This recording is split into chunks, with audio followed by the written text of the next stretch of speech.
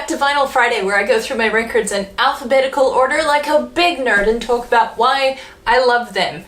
Ordinarily I go through my records in alphabetical order like a big nerd and talk about why I love them, but this is a Revolver week, which means that we will be doing the Beatles. This is probably the most excited I've been to record an episode, not specifically because the song that we're going to be doing today is one of my favorite Beatles songs. It's just that this one's gonna be so cool, you guys. Let's get stuck in.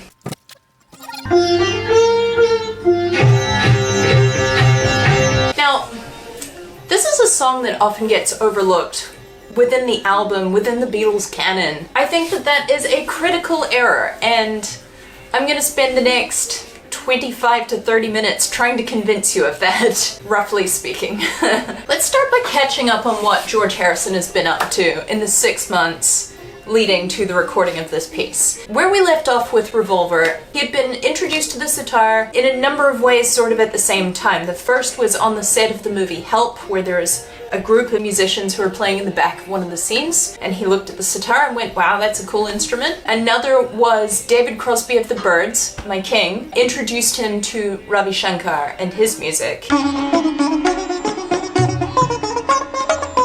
And it all sort of coalesced, and George bought himself a sitar and first played it on Norwegian wood. Beatles go on tour, and then they have their 3-month sort of Beatles sabbatical at the beginning of 1966. A couple of episodes ago we covered how Paul was spending that time going to pretentious classical music concerts. One episode ago we covered that John spent that time catching up on some sleep, and George spent that 3 months consuming Indian music. George was obsessed. Here are some of the comments he made about Indian music during that period. Over to you, Storytime correspondent! This quote is from George Harrison in the year of our good Lord, 1966. He's speaking on the subject of Indian music. To me, it is the only really great music now, and it makes Western 3 or 4 beat type stuff seem somehow dead. You can get so much more out of it if you're prepared really to concentrate and listen.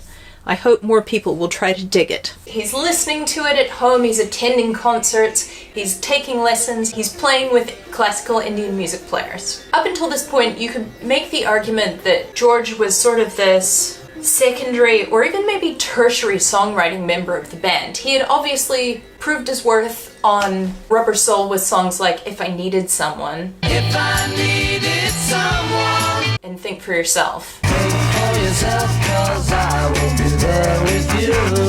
But in April of 1966, George Harrison did something revolutionary and unprecedented. He successfully fused 2 completely disparate musical traditions on a pop record, and he managed to do so, I think, authentically, steering clear of appropriation. I'm of the opinion that this was an incredible feat, and we're gonna get into why right now. I'd like to think that I know Western popular music, particularly of this vintage, like the back of my hand. But the same is definitely not true of Indian music. For this reason, I have sent out our field reporter to speak with someone who can help me out. Cherished viewers, I'm very pleased to introduce today's special guest, Shalu. I have known Shalu for nearly 10 years now, and for about 7 of those years, she has been a dedicated student of the sitar.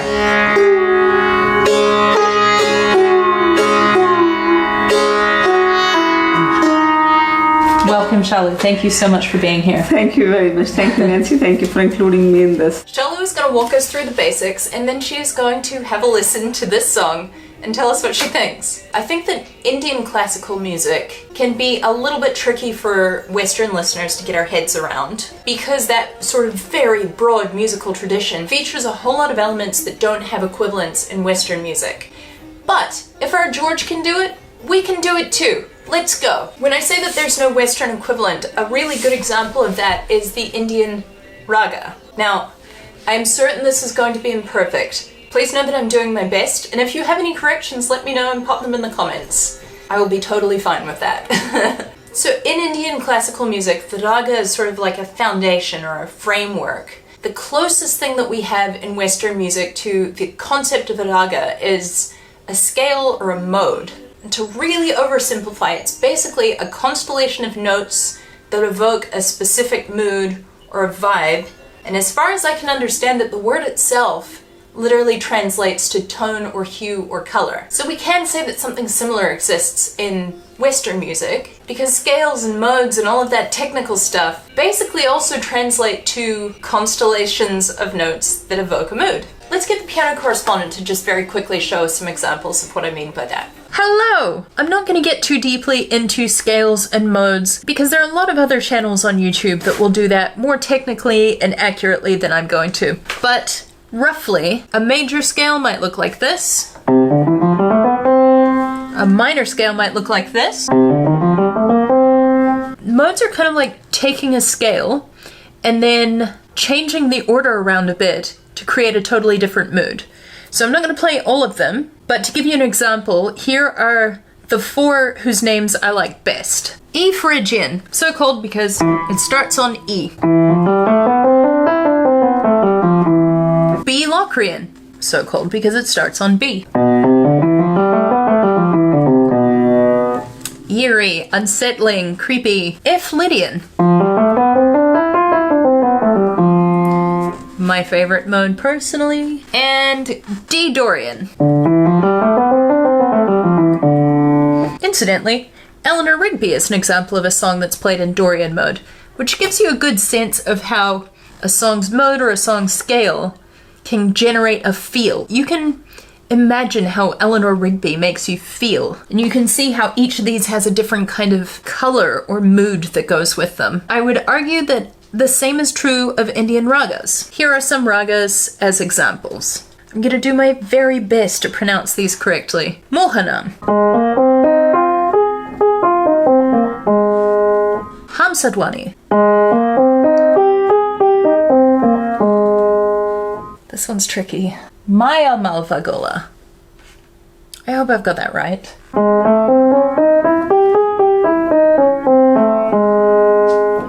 I like that one. That one's cool. Hindolam.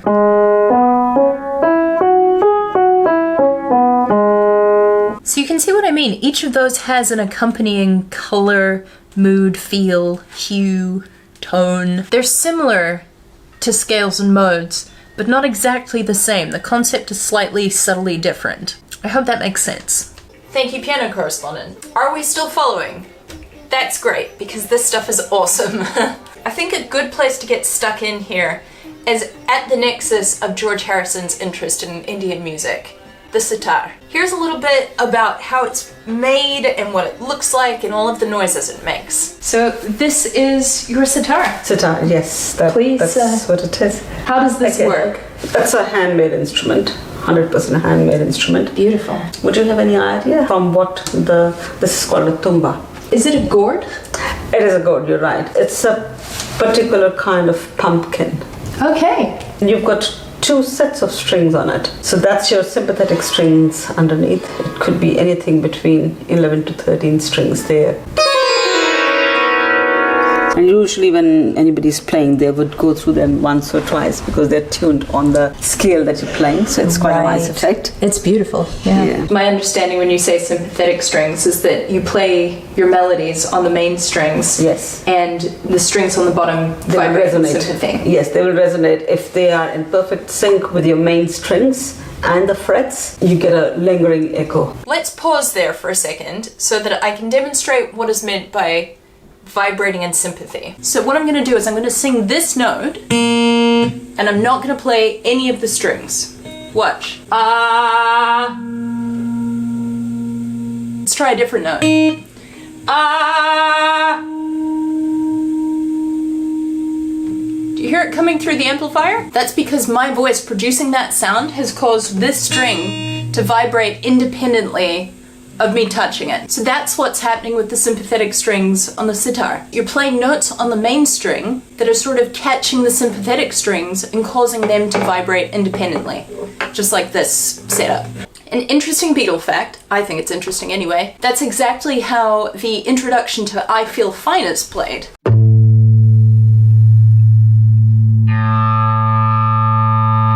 It was sort of discovered by accident because John had left his electric guitar during a recording session, leaning up against the amplifier. Paul played an A note on his bass, and it caused the A string on the guitar to vibrate in sympathy, which was picked up by the amplifier, which is what makes that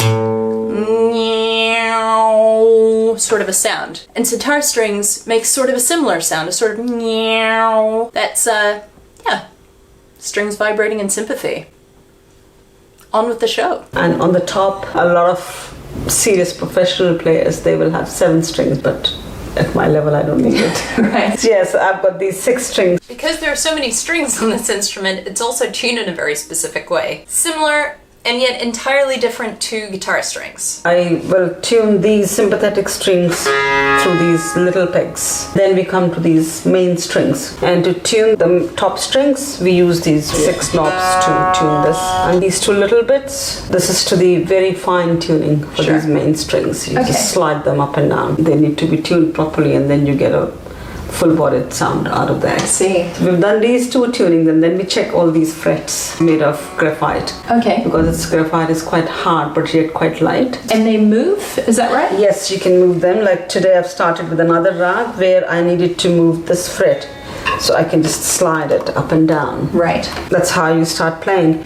Have I understood correctly that with like a guitar, the tuning is relatively fixed? You can change the tuning, but generally you're learning to play songs around a fixed tuning, whereas within this instrument, you're playing an entire piece within a sort of set of scales or modes? Yes, because the different rags will have different scales. Depending on the rag you're playing and the scale which is different, you will adjust 2-3 strings on the sympathetic ones, because the resonance of those notes will come through when I'm playing through my rag. Right. I think a very distinctive sound in sitar music is the sort of bent pitches. Like you can hear it in the central riff of this song, right here. So that is a bend. It's starting do and going up to do, do, do, do, do. So that's sort of a really distinctive sound that I think a lot of us can identify in sitar music, and this is how it's done. When you're playing on a fret, Yes. a lot of the melody is bent, right? If I'm playing a straight note, say I'm going, that's straight. Yep. But when you pull the string, by bend you mean pulling the string? Yes, yeah. So from the same fret, I can get sounds up to... You're going up by about a tone. Yes. Wow. Wow. See now, because I was on the right note, so you get that echo. That is because it's tuned nicely and I got to the right note. Right. So you hear that resonance as well. So you're doing that by ear? Yes. Yes. The pulling is called mead. Mead. Mead. And in the language it's called mead because you're pulling the string to get different notes from the same place. Right. Yeah. The reason I said bend is that that's what you say when you're talking about guitars. You bend the string. So it's interesting. There are some parallels, but they're also obviously very different instruments. Let's say you wanted to play A. There would be many different ways that you could play that, given the fretting and the pulling. Yes. How do you decide which to use? When you pull the string, the melody you get from that is much more beautiful than when you play it on the strings. I see. Say I'm going to F from here.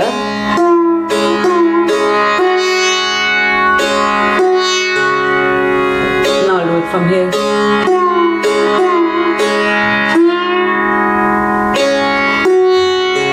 You get a little reflection of all the other notes in between. Right, you're catching the overtones. You're catching a little bit of the other notes. So it's similar to bending notes on guitar, but again, much more pronounced. It's a much more dramatic effect. More notes. I think the last key element that's going to sort of help us appreciate this incredible song is the way that musical pieces are structured in Indian classical music. You start from a very, very slow tempo without the percussion. Is that improvised? Sorry. Yes, it is. Okay. It is improvised. Slowly build it up. The percussionist joins in, and then you build up the tempo slowly, a little bit more, and then you finish on the highest tempo. And we've really just scratched the surface here, but that's a very broad idea of what George was spending his time filling his brain with in the 6 months prior to the recording of this, and specifically in that sort of 3-month Beatle holiday. All of this, to us it might sound like a cool song with exotic sounds, but actually there's a rich and complex history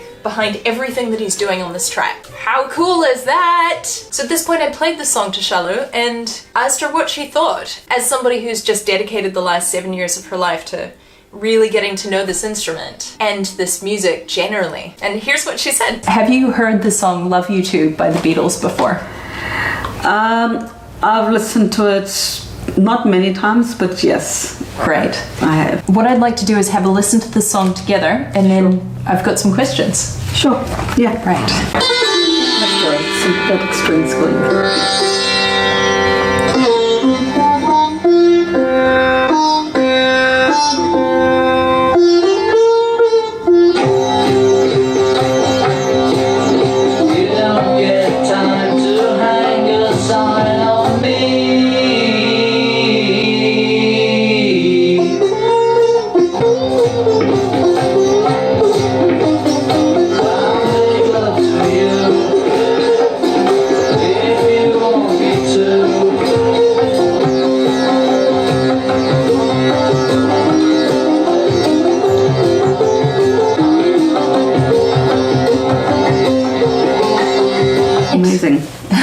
Great.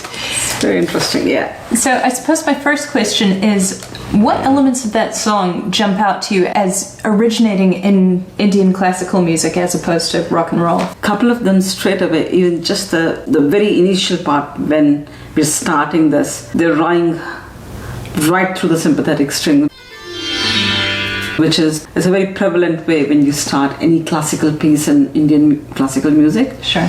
So that's one thing, and even the pulling of the string, the mead.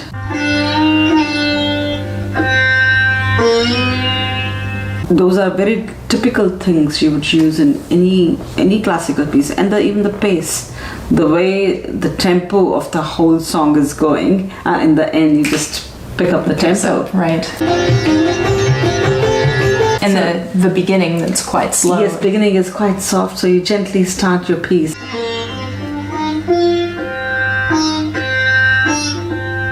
And then you're bringing that tempo from very soft to you kind of elevate it and bring it up. Right. So that's how it goes. The beginning section is he's not playing to a fixed rhythm, is he? No.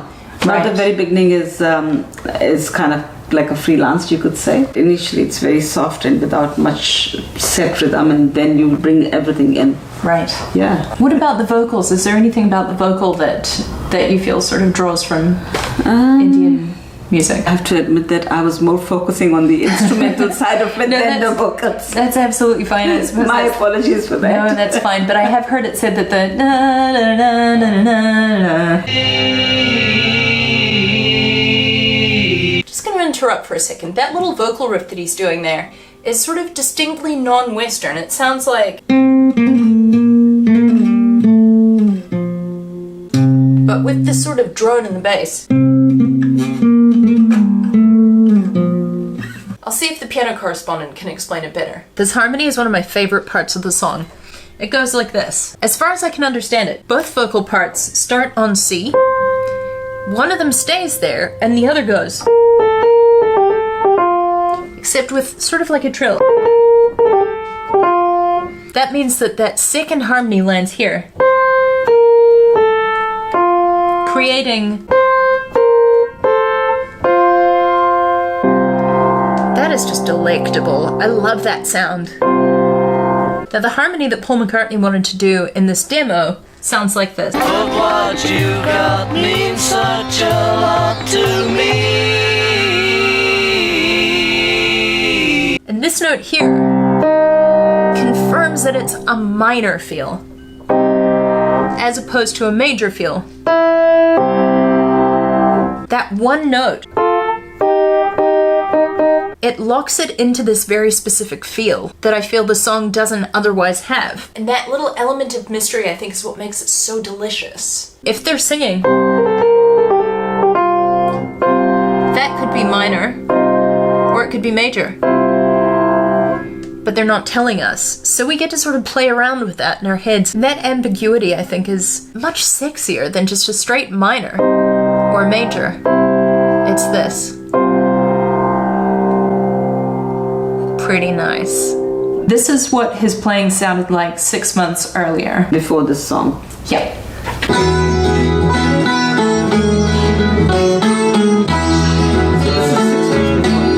That's 6 months earlier. How would you judge his playing? Me judging his playing? Yes. Oh my god. That's a tough one. If that is 6 months, that's huge difference. Huge improvement? Huge difference. Right. Because pulling of the string, that doesn't come overnight at all, trust me. Right. It takes a long time. Right. It does take a long time. Like if you would not have said 6 months, I would easily give it much bigger number. Right. Yeah, so that's amazing. Yeah. That's amazing to me. Yeah. So when you listen to it, you don't think, oh, that sounds terrible. No, not at all. Okay. Not at all. Great. Well done, George. We'll get some more of her thoughts on the song a little bit later in the episode. Now I'd like to get into what George is bringing to the song from his own musical upbringing. The first is that there's sort of this fuzzy guitar happening in the background. It's a little bit difficult to hear because the other instruments on this track are tabla and tambura. And Ringo on the tambourine. I think you can hear it best here.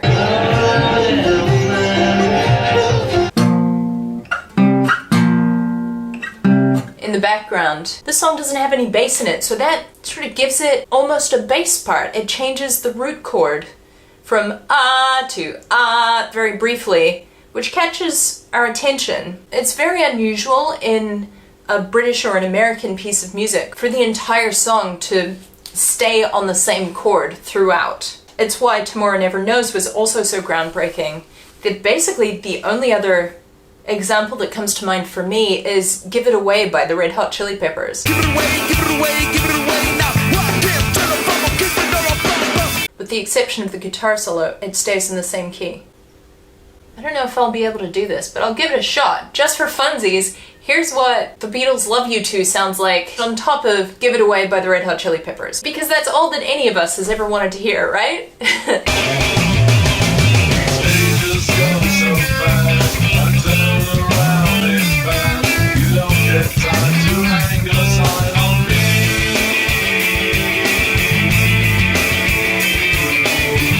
You can hear the sort of fuzzy guitar come through at the end of this take here. Yeah? Really? You want to be in this episode too, huh? Okay. I'll allow it. The structure of the main body of the song is also very Western, in that it's this sort of alternating verse, chorus, and there's a solo in the middle part. Verse, chorus, solo. It's a very rock and roll thing to do. Let's take, I Saw Her Standing There as an example. Verse, Well, she was just 17 chorus, when I saw her standing there. solo. The only thing the song really doesn't have is a middle eight. But apart from that, it's very typically sort of rock and roll. So all of that is nestled within this more classically Indian music structure, which I think is pretty cool. Then we've got our lyrics, which you could argue draw from a range of different Eastern philosophies, in that they cover, like, mortality. I quite like that line. Before I'm a dead old man. It's for the purpose of being alive. And love. Remember, kids, consent is key. And not wasting time on people who are hurtful or damaging or emotional vampires. There's people standing around, go through you in the ground. They fill you in with all the things you see. And George didn't come there by way of Eastern mysticism or Buddhism or what have you. He actually arrived at this point by way of a little thing called lysergic acid diethylamide, which arguably became a pinnacle of the Western counterculture movement. Here's what the man himself has to say about it. We took it, and ever since then it's all changed. I don't know, I just took one look at the trees and the grass and the sky, and I thought, yeah, that's it. George Harrison says, LSD gave me the experience of I am not this body, I am pure energy soaring about everywhere that happens to be in a body for a temporary period of time. It was the awakening and the realization that the important thing in life is to ask, who am I, where am I going, and where have I come from? All the rest, as John said, is just a little rock and roll band. So there we have it, East meets West. But why does it work so well? My feeling is that although these two musical styles developed completely separately from each other in totally different geographical and cultural contexts, there are enough points of commonality that mean that when it's done skillfully and authentically, they blend seamlessly. Charlo and I had a bit of a chat about this as well. In your concert, there was this drumming pattern that you were doing that's ubiquitous in rock music. Up, down, down, up, down, down, up, down. So it sounded like dun dun dun dun dun dun dun dun. Similar to that, yeah. I was trying to think where I'd heard it last night. I think it's here. Similar to that. Okay. I know. That was the part of the places. Yes. It's so interesting because as somebody who has basically spent my entire life listening to Western music, the Indian classical music, which has a long history, sounds very modern to my ears because it's so rhythmic. Yeah. And while there is rhythm in Western classical music, the real emphasis on rhythm doesn't seem to show up in the music until basically white music interacted with black music. You started to blend the music that was coming from Africa with the music that was coming from Europe. Right. That you'd start to get like blues music, jazz music, country music, so music that had a strong rhythmic foundation. Okay, wow. In Indian music, you can improvise as much as you improvise. That's fine. But myself and the percussionist, we have to come back and meet at the first beat. Say you're doing, say, teen tal, which is the most prevalent one with the 16-beat cycle. So you will go tha, din, tha, din. So that tha is a little bit stronger. That's the first beat. I think the closest equivalent is a downbeat. Downbeat, okay. Yeah, so if you're playing a 4-4-1, 2, 3, 4, usually the downbeat is the first one. 1, 2, 3. Also, it's the same. We call it the sum. Right. And that's what I mean. It's so fascinating that these very disparate cultures seem to have these points of similarity. Yeah, it's interesting. So, yeah, Indian classical music sounds very modern, and it sounds like music that translates really well into sort of cross-pollination with Western music. Yeah. And here we arrive at what I think could be the most controversial part of the episode. Cultural appropriation! Yay! So cultural appropriation is when a dominant culture sort of tries on or plays around with elements of a minority culture. It's not the same thing as cultural exchange, because appropriation sort of implies that there's a degree of exploitation taking place. So the elements of the minority culture might be deeply significant or part of a long historical tradition or even sacred, and in being adopted by the dominant culture, it could be like misused or even desecrated, which is rude. Because the original culture is sort of reduced to this exotic fashion to play around with, but the appropriator never actually has to experience any of the discrimination that comes with being a part of that culture. There are many artists who have been accused of cultural appropriation. Paul Simon with Graceland. I know what I know, I've said what I've said. That was a debate that's sort of been floating around for a long time. Or, and to be clear, it feels very weird for me to be grouping these two together, Miley Cyrus and her sort of twerking debacle 10 or 11 years ago. I don't think that George Harrison is culturally appropriating Indian music with his inclusion of its traditions in several Beatles songs. It could have gone terribly wrong, especially given that Britain did its charming little colonial dance in India. And I'm allowed to say that because I come from a country that was colonized by the British. I'm giving myself permission. According to Oxfam, economic inequality in India today can be traced back to the colonial period, quote, affecting access to basic services, education and healthcare, and impeding realization of economic and social rights. So you can appreciate how problematic it would have been for a British pop star to take this complex classical music history from India, parody it, and then forget about it after a couple of years. I don't think that George Harrison did that at all. I think that he approached this music with respect and with a genuine, sincere interest. I really appreciate this comment by Ravi Shankar. It is strange to see pop musicians with sitars. I was confused at first. It had so little to do with our classical music, but I found he really wanted to learn. I never thought our meeting would cause such an explosion, that Indian music would suddenly appear on the pop scene. It's peculiar, but out of this, a real interest is growing. Lastly, I asked Shalu whether or not she liked this song, and she had this to say. That's beautiful. Yeah. I quite enjoyed it. Great. Yes, definitely. Oh, that's very cool to hear. As somebody who comes from that tradition and has studied it, to listen to this and not go, they've destroyed Indian classical music. Not at all, not at all. Oh, cool. Very cool. Not. Even the second one which you played, which you said it is 6 months before. Yeah, it's called Norwegian Wood. Even that was very nice too. Yeah, it was beautiful. Do you know that song? No, I'm sorry. But it's beautiful to hear to any good classical music. It's just lovely. Okay. Thank you again for being on the show. I My really pleasure. appreciate your time. Thank you for thinking about me in this. Yeah, I thoroughly enjoyed it. Excellent. It was good. Yes, I mean, you are the only sitar player that I know, but also you're a lovely person. So Thank you so much. Thank you for that too. So, in sum, George Harrison attempted to create a perfect balance between Indian classical music and Western pop music with authenticity and respect, and the man pulled it off. It was unprecedented in rock music, in pop music. And George went from being this sort of backseat songwriter to radical innovator within the band inside of a year, say. A year before this, he was writing I Need You, which is not a bad song, but it is not this. And I think this is a really good time to remind everybody that George Harrison had just turned 23. That makes me feel like I have done naught with my life. And my favorite part of all of this, I got to have a go at playing the sitar. may I try?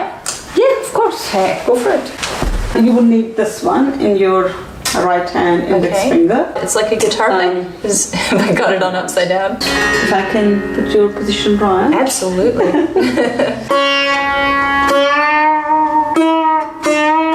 Oh, it's much harder than it looks.